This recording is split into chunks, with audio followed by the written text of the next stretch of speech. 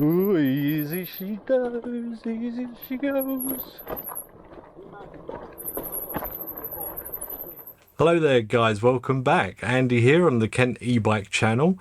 Today I want to talk about a bike which I'd previously only taken out once and done, I think it was 13 kilometers on it, mostly being pushed both because of muddy tracks and because of fallen trees in a very unmanaged woodland.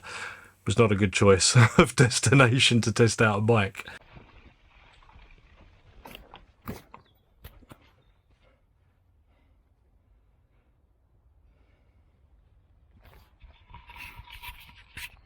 Had to happen.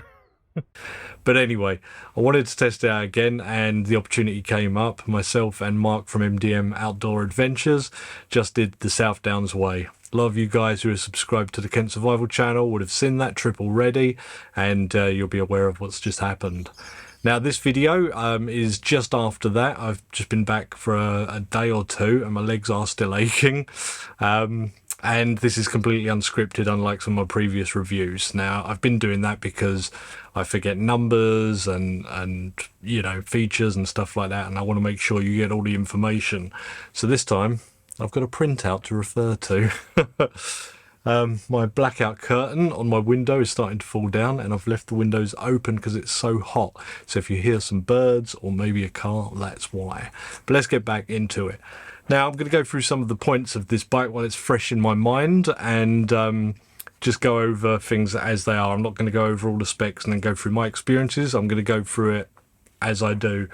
Power of the bike is 250 watt motor, which is obviously a legal limit for a lot of countries, which is continuous, and it's 80 nanometers of torque.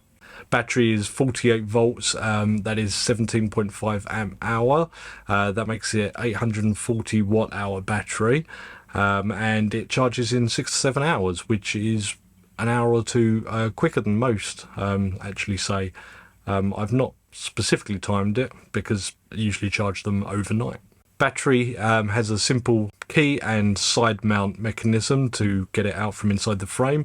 Works very well, not fiddly like some bikes can be, perfectly usable. The range is 35 to 60 miles. That's their estimate. Now, people always ask about range, but range is dependent on so many factors.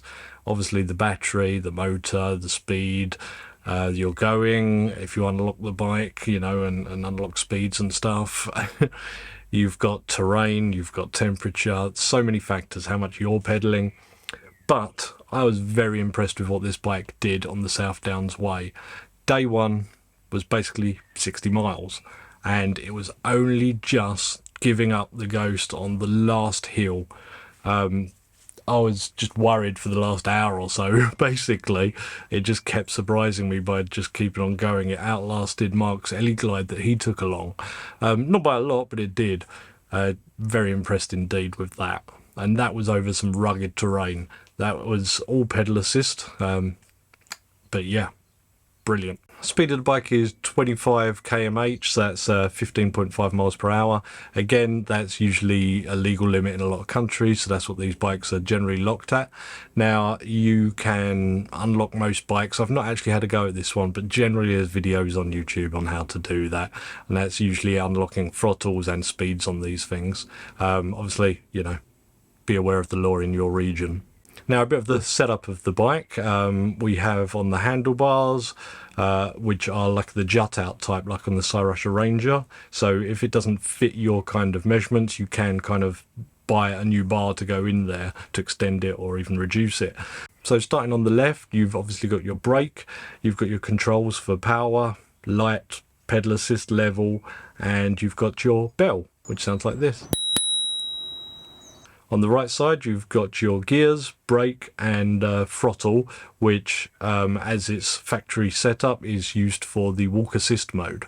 The bike has 7 Shimano gears. Wanted to talk about that for a second, because it's not something I've really touched on. Being e-bikes, a lot of them seem to have this trend of having, well, 7 speeds. And in general usage, commuting, that sort of thing, it doesn't really matter. But I did really notice on this trip that not having the kind of big crank gears really did affect how much I was using the battery when I was pedaling. We'll come to how I know that in a moment. But On Mark's Ellie Glide, which does have more gears, he was doing like 2 pedals for every one of mine. So for them sort of hill climbs, it does help a lot, and even on level terrain. So if you're going on long trips on a lot of e-bikes, it is something to bear in mind that, you know, just because you are powered, it can be handy to have them extra gears. We've got a payload weight of 350 pounds or 158.7 kilograms. So I was probably quite close to that with all of my kit and camera gear and everything on the South Downs Way. Weight of the bike is 72 pounds or 32 kilograms. Got a recommended height of 5'3" to 6'5". It's quite a low inseam on that top bar, so it does make getting on it quite easy. The seat obviously is adjustable, and on the seat it is very comfortable. It's a very well padded seat for this sort of bike. Mark, on the trip we just went on, I'll be referring to that a lot. After a couple of hours, obviously his butt was starting to ache. Sore bum bum. But this seat, you know, wasn't until day 3 I was starting to actually kind of properly feel it. Very impressed. So in the middle of the handlebars, you've got your display. It's quite a simple display. Tells you everything you need to know. You've got your battery capacity. You've got your pedal assist level, 0 for the walk mode, and then 1 through 5 for different speeds. Got USB charging on there if you need to use it. Odometer, speedometer, and you've got a watt meter. And what I believe that to be is something I noticed on the trail, and it's probably hard to show you, I might have it, is while you're pedaling in power assisted mode, depending on how hard you're pedaling, it displays how much power the motor is giving as well to maintain that kind of speed level. Found that a good motivator on the trails, especially on the hills, to try and preserve battery by actually, you know, pedaling harder than maybe I would have ordinarily. So I quite liked seeing that.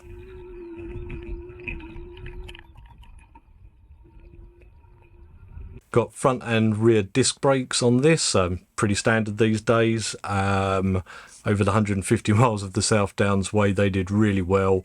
Some pretty hairy hills coming down, loose chalk and flint, so you didn't want to go down into that. So you really have to, you know, brake hard on some of them and kind of gently go down the hill, and they did an amazing job. They do need a little fettling after that long trip, and I'll check them out, the pads and that. But yeah, they did more than well enough. So a few of the extra features, we've got 26" by 4" fat tyres. Good grip, they work very well on the trails. I got really good traction on even the loose stuff there, where Mark's smaller wheels just were losing traction. So the fat tyres really did help in some sections. They also have reflective strips all the way around the tyres as well, which I only noticed at night on the first night camping. You've got quite a large double front light and also a rear integrated light with the rack there, and that also doubles as a brake light. Another thing I learned on this trip, having Mark behind me all the time, so a little warning to him if I was coming to a stop for an obstacle or to do some filming or something.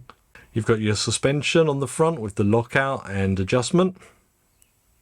On the back, you've got a rear rack, which is clearly made specifically for this model because you've got the attachment points for it. Held up to having my saddle bags and extra bags on top of it. Took a lot of weight.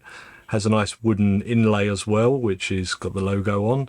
And you've got strips down the sides to have hook-on saddle bags as well. On the front, you also have attachment points for a front basket or front rack as well. So quite a utilitarian bike as well, which is one of the reasons I picked it for this trip. Another thing I did notice before going on the trip was there's no utility mount points on the top bar or the down bar either. So nowhere to put the bottle or a pump. I got around this, I bought some almost like zip tie attachments that give you them to put the water bottle on for the trips for easy access. So you can get around it, but it'd be good to see them. As standard, you've got mud flaps front and rear. They're obviously big chunky ones to get around them tyres. So yeah, after we had a storm on the South Downs Way, they certainly helped. One other thing of note was the loom, the wiring harness, whatever you want to call it. I think maybe could be managed a bit better than how I got it.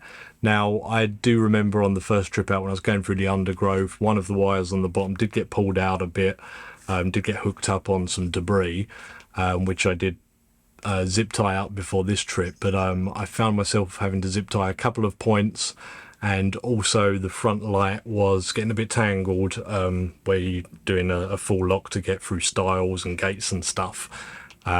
So yeah, just a little bit of better management would be nice, or just yourself, just some zip ties here and there, and just get it how you want it with the way you've got the bike set up.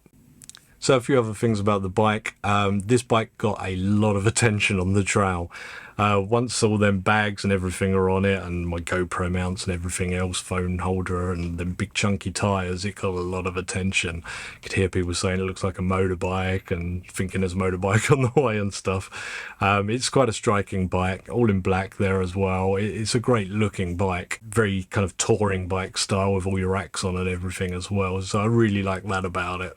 At 253 kilometers or 157 miles, I've done more mileage on this than any of the other bikes for reviews.